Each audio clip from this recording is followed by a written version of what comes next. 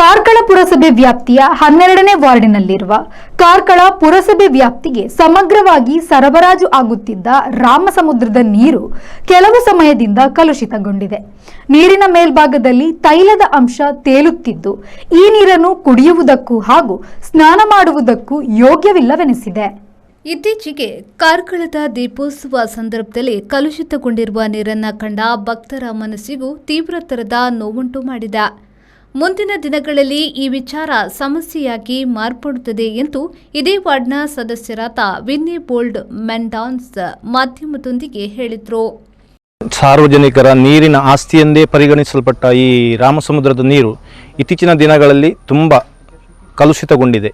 ಕಾರಣ ಈ ಪ್ರದೇಶದ ಈ ರಾಮಸಮುದ್ರದ ಸುತ್ತಮುತ್ತಲಿನ ಕೆಲವು ಕಟ್ಟಡಗಳು, ಕೆಲವು ಮನೆಗಳ ಮತ್ತು ಕೆಲವು ಬೇರೆ ಬೇರೆ ಈ ಉದ್ಯಮ ಎಲ್ಲ ನಡೆಸ್ತಾರೆ. ಅವ್ರದ್ದೆಲ್ಲ ಕೊಳಚೆ ನೀರು ಈ ರಾಮಸಮುದ್ರಕ್ಕೆ ಬಂದು ಈ ನೀರು ಸಾರ್ವಜನಿಕರು ಕುಡಿಯೋದಾಗೆ ವ್ಯವಸ್ಥಿತವಾಗಿ ಆಗ್ತಾ ಉಂಟು. ಇನ್ನು ಮುಂದೆ ಅದು ಕುಡಿಯುವಾಗಿಲ್ಲ, ಆ ರೀತಿಯಲ್ಲಿ ಆಗಿದೆ.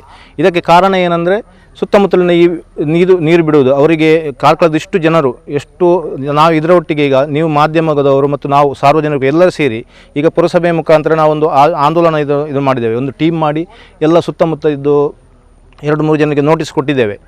ಇನ್ನು ಇದಕ್ಕೆ ಮಾಧ್ಯಮದವರು ಮತ್ತು ಸಾರ್ವಜನಿಕರು ಇದರೊಟ್ಟಿಗೆ ಸೇರಬೇಕು. ಯಾಕಂದರೆ ಪ್ರತಿಯೊಬ್ಬ ಹೋಟೆಲ್ಗಳಲ್ಲಿ, ಪ್ರತಿಯೊಬ್ಬ ಮನೆಗಳಲ್ಲಿ ಸಾಧಾರಣ ಕಾರ್ಕಳ ನಗರದ ಸಾರ್ವಜನಿಕರು 75% ನೀರನ್ನು ಇದನ್ನೇ ಕುಡಿಯುವುದು. ನಾವು ಎಲ್ಲಿಂದಲೂ ಒಂದು ಕೊರೋನಾ ಬಂದರೆ ನಾವು ಎಚ್ಚರಿಕೆಗೊಂಡು ಇದು ಮಾಡ್ತೇವೆ. ಆದರೆ ನಮ್ಮ ಕಾಲ ಬುಡದಲ್ಲಿ ಇಂಥ ಒಂದು ರೋಗ ರುಜಿನಗಳ ನೀರನ್ನು ನಾವು ಸಾರ್ವಜನಿಕ ಕೊಡುವುದಂದರೆ ಅದು ದೊಡ್ಡ ತಪ್ಪು. ಅದಕ್ಕೋಸ್ಕರ ಇನ್ನು ಈ ಒಂದು 10-15 ದಿವಸದೊಳಗೆ ಇದಕ್ಕೆ ಎಂಥ ನೀರೆಲ್ಲ ಕೊಳಚೆ ನೀರು ಬರ್ತದೆ ಅದನ್ನು ನಿಲ್ಲಿಸಲು ತಾವೆಲ್ಲರೂ ಸಹಕಾರ ನೀಡಬೇಕಾಗಿ ಈ ಮುಖಾಂತರ ನಾನು ಸಾರ್ವಜನಿಕರಿಗೆ ಮನವಿಯನ್ನು ಮಾಡ್ತೇನೆ.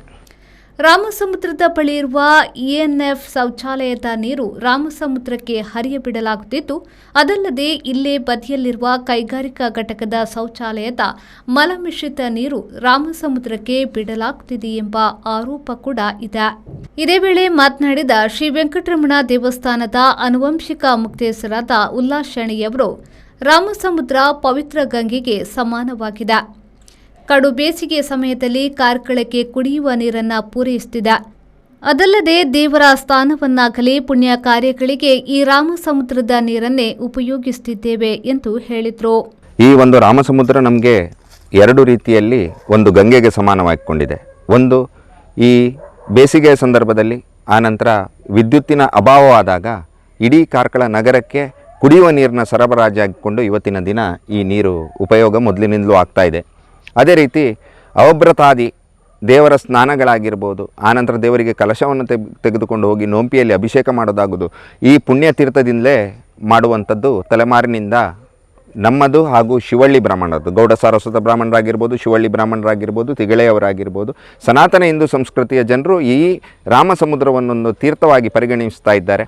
ಆನಂತರ ಇದೇ ತೀರ್ಥವನ್ನು ದೇವರ ಈ ಅಭಿಷೇಕಾದಿ ಕಾರ್ಯಗಳಲ್ಲೂ ಹಾಗೂ ದೇವರದ್ದು ಒಂದು ಅಭಿಷೇಕಕ್ಕೂ ಈ ನೀರನ್ನು ಉಪಯೋಗ ಮಾಡ್ತಾ ಇದ್ದಾರೆ. ವಾಸ್ತವವಾಗಿ ಭಾಳಷ್ಟು ಜನರಿಗೆ ಗೊತ್ತಿರಲಿಕ್ಕಿಲ್ಲ ಈ ರಾಮಸಮುದ್ರ ಅಂತ ಹೇಳಿದರೆ ನಮ್ಮನ್ನು ಕಾರ್ಕಳದಲ್ಲಿ ಹಿಂದಿನ ಸಂದರ್ಭದಲ್ಲಿ ಆಳ್ವಿಕೆ ಮಾಡ್ತಾ ಇದ್ದಂತಹ ಜೈನ ಅರಸರು, ಅವರ ಮಗ ರಾಮ ಅಂತ ಹೆಸರಿನವರಿದ್ದರು. ಇದು ಇತಿಹಾಸದ ಪುಟಗಳಲ್ಲೂ ಉಲ್ಲೇಖ ಇದೆ. ಅವರು ಒಂದು ಸಾಂಕ್ರಾಮಿಕ ರೋಗಕ್ಕೆ ತುತ್ತಾಗಿಕೊಂಡು ಮರಣವನ್ನು ಹೊಂದ್ತಾರೆ. ಆಗ ಅವರಿಗೆ ಯಾವ ರೀತಿ ಪರಿಹಾರ ಕಾರ್ಯಗಳನ್ನು ಮಾಡ್ಬೋದು, ಆ ಮಗನ ಒಂದು ಹೆಸರನ್ನು ಉಳಿಸಲಿಕ್ಕೆ, ಆತನ ಒಂದು ದುಃಖವನ್ನು ಕಳೆದುಕೊಳ್ಳಲಿಕ್ಕೆ ಇಲ್ಲಿ ಕಾರ್ಕಳದಲ್ಲಿ ಕುಡಿಯುವ ನೀರಿನ ಒಂದು ಅವಶ್ಯಕತೆ ಭಾಳವಾಗಿರ್ತದೆ. ಇದು ನೋಡಲಿಕ್ಕೆ ಹೋದರೆ ಇದನ್ನು ಆಗ ಭೈರವರಸರ ಕಾಲದಲ್ಲಿ ರಾಮನ ಹೆಸರಿನಲ್ಲಿ ಜನರಿಗೆ ಸ್ವಚ್ಛವಾದ ಕುಡಿಯುವ ನೀರು ಸಿಗಲಿ ಅಂತ ಹೇಳಿಕೊಂಡು ಒಂದು ಜಾಗವನ್ನು ಆಯ್ಕೆ ಮಾಡಿಕೊಂಡು ಇದರಲ್ಲಿ ಈ ನೀರಿನ ಆಸರೆಯನ್ನು ಕೊಟ್ಟು ಕಾರ್ಕಳ ನಗರವನ್ನು ಉಳಿಸಿದ್ದುಂಟು. ಹಿರಿಯರದು ಅಷ್ಟು ದೂರದೃಷ್ಟಿತ್ವದಿಂದ ಹಾಕ್ಕೊಂಡು ಇದು ರಾಮಸಮುದ್ರ ಇವತ್ತಿಗೂ ಪವಿತ್ರನೇ. ಇವತ್ತಿನ ದಿನಗಳಲ್ಲಿ ಆಸುಪಾಸಿನಲ್ಲಿ ಇರುವಂಥ ಕೈಗಾರಿಕೆಗಳು, ಉದ್ಯಮಗಳಾಗಿರ್ಬೋದು, ಅದೇ ರೀತಿ ಸರ್ಕಾರಿ ANFನವರದು ಕೊಟ್ಟಿರುವಂಥ ಒಂದು ಕ್ವಾರ್ಟರ್ಸ್ ಆಗಿರ್ಬೋದು, ಅದೇ ರೀತಿ ಅವರ ನಾಯಿಯನ್ನು ಸಾಕುವಂಥ ಒಂದು ಪ್ರಯೋಗಾಲಯ ಆಗಿರ್ಬೋದು, ಅಲ್ಲಿಯ ಕೊಳಚೆ ನೀರನ್ನು ಕೂಡ ಇದಕ್ಕೆ ಕೊಡ್ತಾ ಇದ್ದಾರೆ. ಇದನ್ನು ಬೇಸಿಗೆ ಸಂದರ್ಭದಲ್ಲಿ ನಾವು ನೋಡಿದ್ದು ಉಂಟು. ಈಗ ಈ 1 ತಿಂಗಳು ಕಳೆದ ಕೂಡಲೇ ನೀರಿನ ಪ್ರಮಾಣ ಕೆಳಕ್ಕೆ ಹೋದಾಗ ಇನ್ನೂ ಕೂಡ ಮೇಲ್ಮೆಯಲ್ಲಿ ತೇಲುವಂಥ ಕಶ್ಮಲಗಳು ಆರಂಭ ಆಗ್ತದೆ. ಈ ನೀರನ್ನು ಇವತ್ತಿನವರೆಗೆ ಯಾರು ಟೆಸ್ಟ್ ಮಾಡಿದಾರೋ ಯಾರೋ ಗೊತ್ತಿಲ್ಲ, ಡೈರೆಕ್ಟಾಗಿ ಪುರಸಭೆಯವರು ನಮಗೆ ನಗರ ಪ್ರದೇಶಗಳಿಗೆ ಕುಡಿಯುವ ನೀರಿಗೋಸ್ಕರ ಕಳಿಸ್ತಾ ಇದ್ದಾರೆ. ಮೊದಲು ಇದು ಶುದ್ಧ ಸ್ಫಟಿಕ ರೀತಿಯಲ್ಲಿದ್ದಂಥ ನೀರು ಇವತ್ತಿಗೆ ಕಲುಷಿತಗೊಂಡಿದೆ. ಇನ್ನಾದರೂ ಜನಪ್ರತಿನಿಧಿಗಳು ಅದೇ ರೀತಿ ಸಾರ್ವಜನಿಕರು ಎಚ್ಚೆತ್ತುಕೊಂಡು ತಮ್ಮ ಆರೋಗ್ಯದ ಬಗ್ಗೆ ತಾವೇ ಕಾಳಜಿ ವಹಿಸಬೇಕು. ಈಗ ಕಲಿಯುಗ, ಈಗ ನಡೀತಿರುವಂಥ ಈ ಎಲ್ಲ ವಿಚಾರಗಳನ್ನು ನೋಡಿದರೆ ನಮ್ಮ ತಲೆ ಮೇಲೆ ನಮ್ಮದೇ ಕೈ ಇಲ್ಲ. ದಯವಿಟ್ಟು ಪುರಸಭೆಯ ನೀರನ್ನು ಕುಡಿಯುವುದನ್ನು ನಿಲ್ಲಿಸಿ ಬಿಸ್ಲೇರಿ ಬಾಟ್ಲನ್ನು ಕುಡಿಯಿರಿ. ಇಲ್ಲ ಅಂತಾದರೆ ಇನ್ನು ಮುಂದಕ್ಕೆ ಸಾಂಕ್ರಾಮಿಕ ರೋಗಕ್ಕೆ ಉಡುಪಿ ಜಿಲ್ಲೆಗೆ ಮಾದರಿಯಾಗಿ ರಾಮಸಮುದ್ರ ಪರಿವರ್ತನೆ ಆಗ್ತಾ ಉಂಟು. ದಯವಿಟ್ಟು ಎಲ್ಲರಲ್ಲಿ ಒಂದು ವಿನಂತಿ, ಜನಪ್ರತಿನಿಧಿಗಳ ಮನೆಗೆ ಹೋಗಿ, ಜನಪ್ರತಿನಿಧಿಗಳ ಆಫೀಸಿಗೆ ಹೋಗಿ ನಿಮ್ಮ ಮುಂದಿನ ತಲೆಮಾರನ್ನು ಹಾಗೂ ನಿಮ್ಮನ್ನು ನೀವೇ ರಕ್ಷಿಸಿಕೊಳ್ಳುವಂಥ ಜವಾಬ್ದಾರಿ ಇದೆ. ಅದೇ ರೀತಿ ಸನಾತನ ಸಂಸ್ಕೃತಿಯಿಂದ ದೇವರನ್ನು ಸ್ನಾನ ಮಾಡಿಸಲಿಕ್ಕೆ ತರುವಂಥ ಎಲ್ಲ ಸಂಘಟನೆಗಳು, ಅದೇ ರೀತಿ ಎಲ್ಲ ದೇವಸ್ಥಾನಗಳು ಈ ನಿಟ್ಟಿನಲ್ಲಿ ಒಂದು ಹೋರಾಟವನ್ನು ಮಾಡಬೇಕು. ಒಂದು ರೀತಿಯ ಭಾರತ್ ಜೋಡೋ ರೀತಿಯಲ್ಲಿ ಇವತ್ತು ನಾವು ಜನರು ಒಟ್ಟಾಗಿ ಹೋರಾಟ ಮಾಡಬೇಕಾಗ್ತದೆ. ಯಾಕಂದರೆ ಎಲ್ಲರೂ ಕಣ್ಣು ಮುಚ್ಚಿ ಕೂತಾಗ ನಾವು ಕೂಡ ಕಣ್ಣು ಮುಚ್ಚಿ ಕೂತಿದ್ದೇವೆ ಅಂತ ಆಗೋದು ಬೇಡ. ನಮ್ಮ ಹೋರಾಟಕ್ಕೆ ಯಾವತ್ತಿದ್ರೂ ಫಲ ಸಿಕ್ಕೇ ಸಿಗ್ತದೆ. ಮುಂದಿನ ದಿನಗಳಲ್ಲಿ 1 ವಾರಗಳ ಕಾಲ ನಾವು ಸಮಯಾವಕಾಶವನ್ನು ಜನಪ್ರತಿನಿಧಿಗಳಿಗೆ ಹಾಗೂ ಪುರಸಭೆಗೆ ಕೊಡಲಿಕ್ಕೆ ಇಚ್ಛೆಪಡ್ತೇವೆ.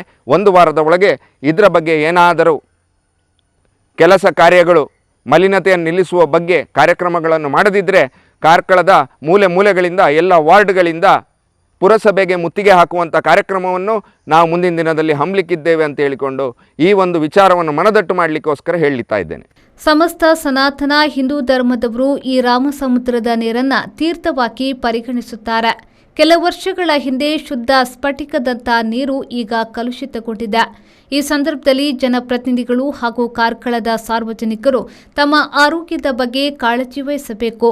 ಇಲ್ಲದಿದ್ದಲ್ಲಿ ಅಂಗಡಿಗಳಲ್ಲಿ ಸಿಗುವ ಶುದ್ಧ ನೀರಿನ ಬಾಟಲಿಗಳನ್ನು ಉಪಯೋಗಿಸಿ ಒಂದು ವೇಳೆ ನಾವು ಎಚ್ಚರ ತಪ್ಪಿದ್ದಲ್ಲಿ ಈ ಪವಿತ್ರ ರಾಮಸಮುದ್ರ ನೀರು ಉಡುಪಿ ಜಿಲ್ಲೆಗೆ ಸಾಂಕ್ರಾಮಿಕ ರೋಗಕ್ಕೆ ಕಾರಣವಾಗಬಹುದೆಂಬ ಎಚ್ಚರಿಕೆಯ ಮಾತನ್ನ ಹೇಳಿದ್ರು. ಕೆಎಂ ಖಲೀಲ್, ವಿ4 ನ್ಯೂಸ್, ಕಾರ್ಕಳ.